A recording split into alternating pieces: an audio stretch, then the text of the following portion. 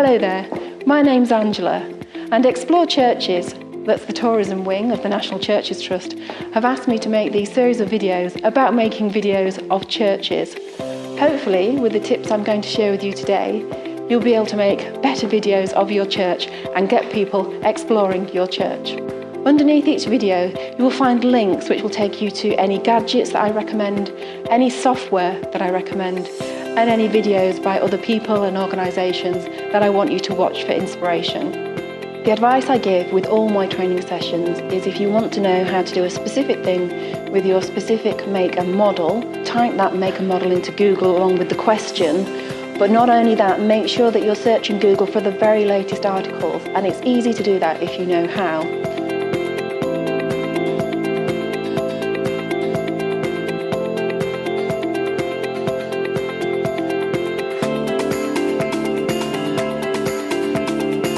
The same if you're looking for a YouTube tutorial, be very specific in the make and model of your camera or phone, and using the filter button, which is not easy to find but it's on there, you can also make sure that you're searching for the latest videos, and you can also look for the most popular videos to make sure that they're high quality.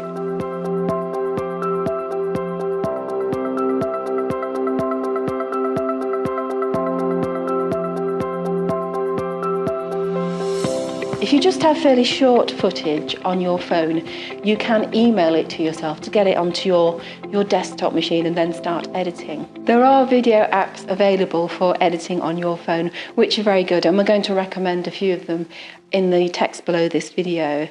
But for the most part, we're going to talk about editing the footage on your desktop or laptop machine. There are two free services, Google Photos and Dropbox, which allow you to transfer video content into the cloud so that you can then access it from your PC. Google Photos is free to use and Dropbox has a free version. Google Photos automatically backs up from your phone to the cloud.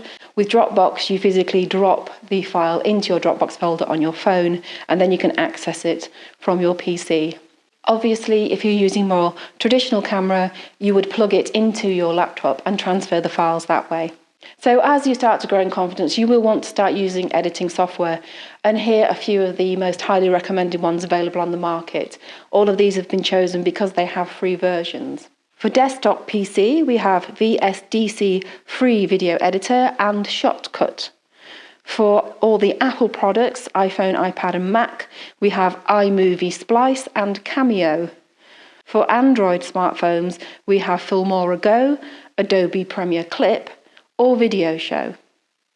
So here's an example of a really short sequence of video that we edited very quickly in software called Shotcut, which, as I say, is free to use. So what you can see at the bottom of the screen is the timeline, which is common to most editing software.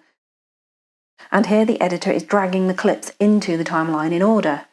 He's then moving them across so that they all follow each other continuously.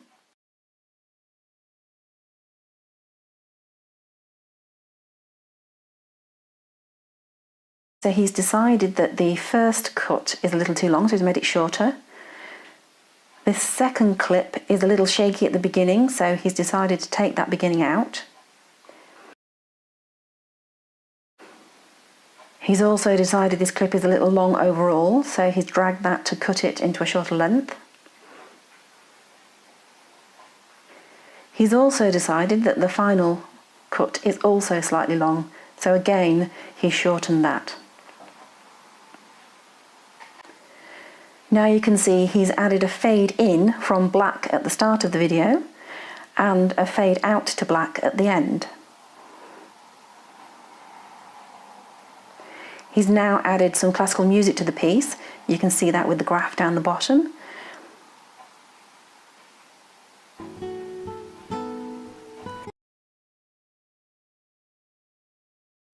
And you'll see here that he's fading the audio in at the beginning, and there's a natural fade out at the end of the music because that's the way it's composed.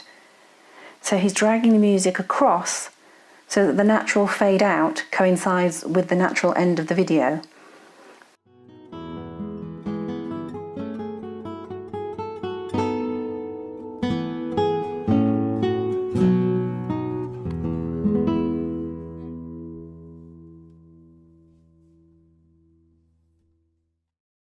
iMovie is a lot of fun to use, and it's available for your iPhone and your iPad and your Mac products.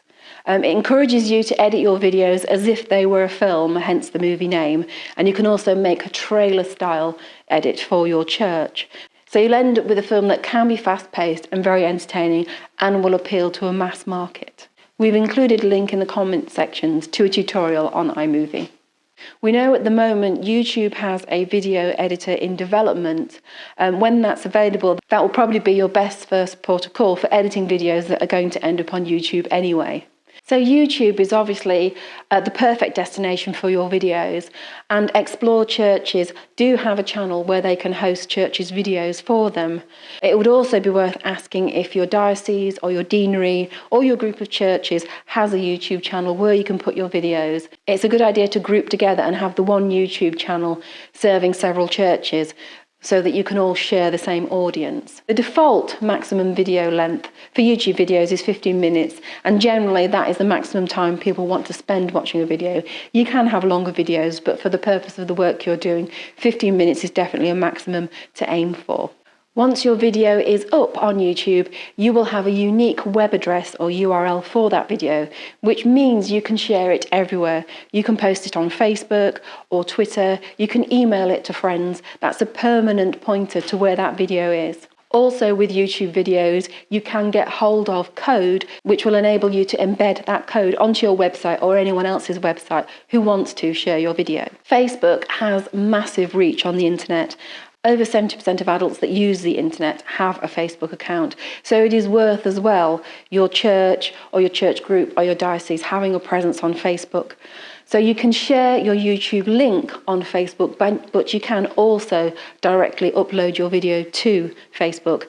And there's evidence that it may get more views if you directly upload it into Facebook. The maximum length for a video on Facebook is 45 minutes, but again we think that what you should be aiming for with these kinds of videos is 10 to 15 minutes at the most.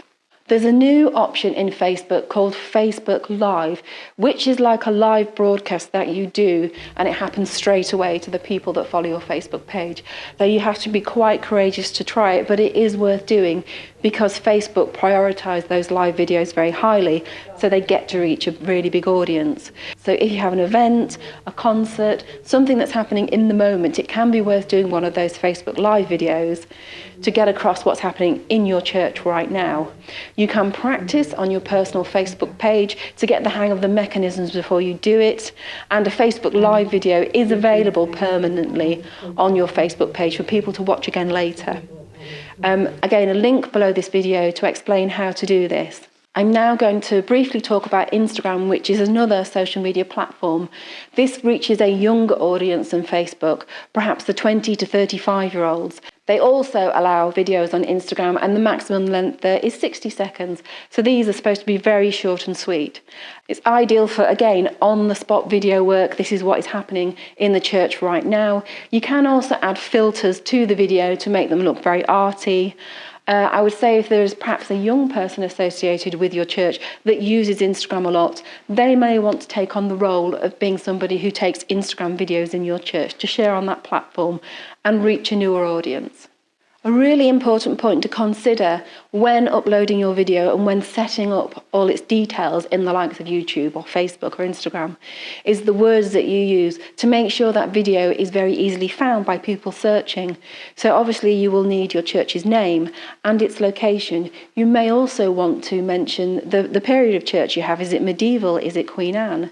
You may also want to mention the architect, particularly if that architect is well known. If you have a style of stained glass in your church, such as pre-Raphaelite, you can mention that. Anything you think somebody may be putting into the YouTube or the Facebook search bar to find your kind of church, you should be mentioning that when you upload the video with its description. This is called search engine optimization, and it's thinking about what are people searching for and making sure all those words are in the description of your church. Hashtags can also be used to help people find videos. They're sort of pre-made clickable searches. So if your church is one of the ones on the Viking Way, for example, you could upload the video of the church to Instagram and hashtag that Viking Way. And do please use the hashtag Explore Churches for all your church content that you put online so that we can find it and share it too. So now you've got this gorgeous video, it's out there on the internet. Who's going to be interested in watching it and in sharing it? So obvious points, you can email around everybody involved in your church with the link taken from YouTube and say, have a look at our wonderful video. You will also have lots of tourism organisations. Your town may have one, visit your local town organisation. Your nearby city may have one, such as Visit Bristol or Visit London. They will have an organisation, and then you get county-wide. They will have tourism organisations such as Visit Yorkshire, and then we get on to Visit England and Visit Britain. All these organisations will be very interested in a video of your church. Then you have the religious groups that would also want to share your video. So your local deanery, your local diocese, your nearby cathedral may also want to share the video of your church as it shows what's happening in the community on their patch.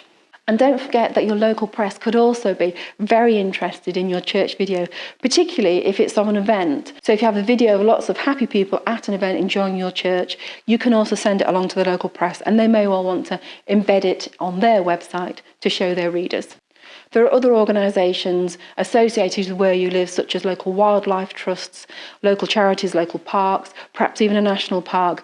If that's all within your territory, they may want to use your video or your video footage to show off their area, particularly if you focus on your graveyard and on the wildlife that's in there. So I'm now going to talk to you about a really clever way you can get people watching your videos in your church, even when you're not there.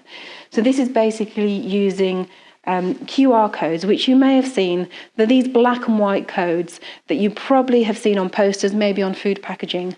So what you do with these codes is you get your phone. You may need an app, but most phones can do this by the camera. And then you put it over the QR code, and then it opens up a link for you, and it can be any web link you want you can put into these codes. Then it opens up, in this case, a YouTube video, which then obviously starts automatically playing. And that's what we want to do for your church. So it's very easy on the internet to create these QR codes. So you find the web address of your YouTube video, you put it into a QR code creator, and then they will create a unique code for your video. Then you paste it into a poster that you put in your church. When somebody goes to visit your church, they scan that code, and then they can have a pop-up tourism guide for your church come and speak to them from the YouTube video. Another way to get your video to its audience, and perhaps a very traditional way, is to actually play it in your church. So hire a projector, hire a screen, and have a premiere night of your video in your church. Maybe invite a local expert along to talk about the church as well. Make it into a celebration and a big event.